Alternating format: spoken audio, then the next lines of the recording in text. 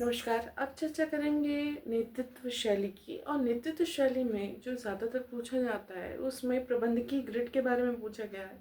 तो प्रबंधकीय ग्रिड शैली जो है ब्लेक और माउटन के द्वारा दी गई है। उनकी शैली की ये विशेषता है कि उन्होंने इसको जो मुख्य रूप से 5 भागों में जिस प्रकार बाँटा है, वो बहुत ही आपका सराहनीय है। एक तरह से प्रैक्टिकली आप किसी चीज़ को आइडेंटिफ़ाई कर सकते हैं, आप किस प्रकार से लीडरशिप दे रहे हैं।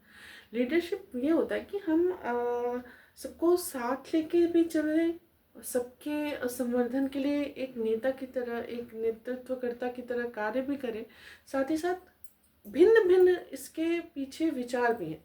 जैसे कुछ प्रजातांत्रिक नेतृत्व शैलियाँ हैं, कुछ आपकी तानाशाही नेतृत्व शैलियाँ हैं, कुछ आपकी लेन देन संबंधी नेतृत्व शैलियाँ हैं जिसमें पुरस्कार और दंड से बचने के लिए भी कार्यकलाप किया जाता है। तो इसी प्रकार बहुत सारी आपकी नेतृत्व शैलियाँ हैं जिसमें ये जो आपका ब्लेक और माउटन के द्वारा दिया गया प्रबंधकीय ग्रिड है, ये बहुत ही प्रभावशाली एक प्रकार से सिद्धांत या शैली आप मान सकते हैं। कुल मिला जुला के इन्होंने 9x9 का ग्रिड दिया, जिसमें कुल उन्होंने 5 प्रकार से बांटे। इसके पहले भी इसमें प्रकार थे जो कुल लगभग 7-8 प्रकार इन्होंने बताए थे, लेकिन जो मुख्य 5 प्रकार इन्होंने बांटे, तो उसको एक प्रकार से इन्होंने सिस्टमैटिक करने का प्रयास किया। इनका मानना था कि जो नेतृत्व शैली है तो उसको हम जो आपका पूरा समूह है उसको कई स्तर में हमको विभाजित करना चाहिए। पहला कि उसको कई स्तर में विभाजित करना चाहिए। दूसरा उन्होंने कहा जो हम स्तर को विभाजित करते हैं, प्रत्येक स्तर में जो टीम है उसको, जो टीम को अपनी जिम्मेदारी लेने के लिए कहना चाहिए। मतलब जो टीम है वो खुद की जिम्मेदार है। प्रत्येक स्तर पर जो पूरी टीम है वो अपने जो उत्पादकता है उसकी जिम्मेदार है। इसके बाद उन्होंने कहा कि जो टीम है अगर उससे कम उत्पादकता वाली स्तर की जो टीम है तो वो उसका ऑब्जर्वेशन करेंगे, वो उसकी निगरानी करेंगे। और उन्होंने कहा कि जो निगरानी कर रहे हैं उनसे उच्च जो उत्पादन या उनसे अच्छा जो रिजल्ट दे रहे हैं वो उनकी निगरानी करेंगे। तो ये 4 उन्होंने मुख्य रूप से स्तरीकृत किया। अब उसके बाद उन्होंने ये कहा कि एक ग्रिड की तरह नेतृत्वकर्ता को या उसके प्रकार होते हैं या उसको कार्य करने हैं। जो ग्रिड को उन्होंने 9x9 के ग्रिड में बांटा, जिसमें यहाँ पे आपका जो एक्स एक्सिस है उत्पादन के प्रति चिंता, और ये जो एक्सिस है आपका लोगों के प्रति चिंता को व्यक्त करता है। इस सिद्धांत वाई कहते हैं। और यहाँ पे जैसे कि अगर यहाँ पे है तो यहाँ पे भी 1 और यहाँ पे भी 1, तो इसको 1x1 ग्रिड। ये देखिए यहाँ पे 9 जाएगा, 9x1 ग्रिड। यहाँ पे बीच में 5x5 ग्रिड, यहाँ पे 1 से 9, तो ये वाला ग्रिड आपका 9 ग्रिड। और यहाँ पे 9x9 ग्रिड। ये आपका ये 5 प्रकार से मुख्य रूप से बांटा। पहले इन्होंने इसको उदासीन या इसको दरिद्र नेता भी कहते हैं, समायोजन, तानाशाही, यथास्थिति, ध्वनि, अवसरवादी और पैतृक शैली में बांटा था। लेकिन फिर बाद में इसमें संवर्धन करके इसको सिस्टमैटिक रूप से, मुख्य रूप से इसमें जो आपको फोकस करना है वो 5 पे ही करना है। तो जैसे आपका यहाँ पे है 1x1, तो ये उदासीन या दरिद्र नेता कहा जाता है। ये आपकी इस, जैसे कि कहते हैं कि इसको कोई फर्क ही नहीं है कि हमारी उत्पादकता हो रही नहीं है कि नहीं, प्रोडक्शन हो रहा है कि नहीं, लोग किस प्रकार से कार्य कर रहे हैं, तो इसलिए इसको दरिद्र नेता कहा गया या उदासीन कहा गया। तो 1x1 पे ये उदासीन रखा गया।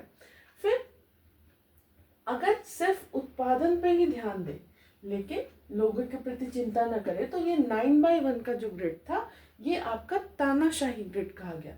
इस तानाशाही जो ग्रिड है इसको उत्पादन या नाश, मतलब आप कह सकते हैं कि या तो आप प्रोडक्टिविटी बढ़ाओ या तो सब फिनिश कर दो, मतलब सब नाश कर दो। तो इसलिए ये तानाशाही कहा गया। अब आप समझिए यहाँ पे जो मिड में है, अर्थात यहाँ का भी 5 और यहाँ का भी 5, तो इसको यथास्थिति भी कहते हैं या इसको बीच का रास्ता या मध्यम वर्गीय नेतृत्व।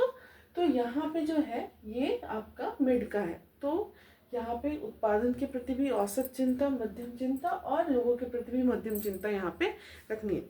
इसके बाद आपका जो है यहाँ पर, इसके बाद यहाँ पे 1/9 का जो इन्होंने रखा, इसमें क्या है, आपके उत्पादन की चिंता नहीं है लेकिन आपको लोगों के प्रति चिंता है, तो इसको कंट्री क्लब कहा गया यहाँ पर। तो कंट्री क्लब की संज्ञा यहाँ पर दी गई और इसको जो स्तर एक और नाम दिया गया, ये समायोजन का नाम दिया गया। कि अब एक्चुअली क्या है कि कभी कभी ऐसी भिन्न मतलब विकट परिस्थिति भी आ जाती है कि प्रोडक्शन नहीं हो पाता, लेकिन लोगों की कोई विशेष समस्या है तो उसमें हमको प्रोडक्टिविटी को नहीं करते हुए यहाँ पे लोगों के प्रति चिंता को जब हम देते हैं तो 1/9 का जो ग्रेड आता है, तो ये समायोजन का है, ये कंट्री क्लब इसको कहा उन्होंने। ये यहाँ पर ब्लेक और माउंटेन ने कंट्री क्लब इसको संज्ञा दी। और आप देखिए कि जिसमें प्रोडक्टिविटी भी है और आपका उत्पादक की चिंता भी है और लोगों की भी चिंता है, 9/9 इसको ध्वनि कहा, इसको टीम लीडर भी कहा गया कि ये बहुत ही उत्कृष्ट आपका नेतृत्व शैली है। यहाँ पर नेतृत्व का स्तर है, इस प्रकार से हम जिस स्तर में हैं और किस प्रकार से हम जैसे कि ये है सबसे हाईएस्ट, तो ये अपने से कम को यहाँ पर देखेगा। जो इससे नीचे वाला स्तर है, इसका नीचे वाला ऊपर के अधीन रहेगा और अपने नीचे वाले स्तर को देखेगा।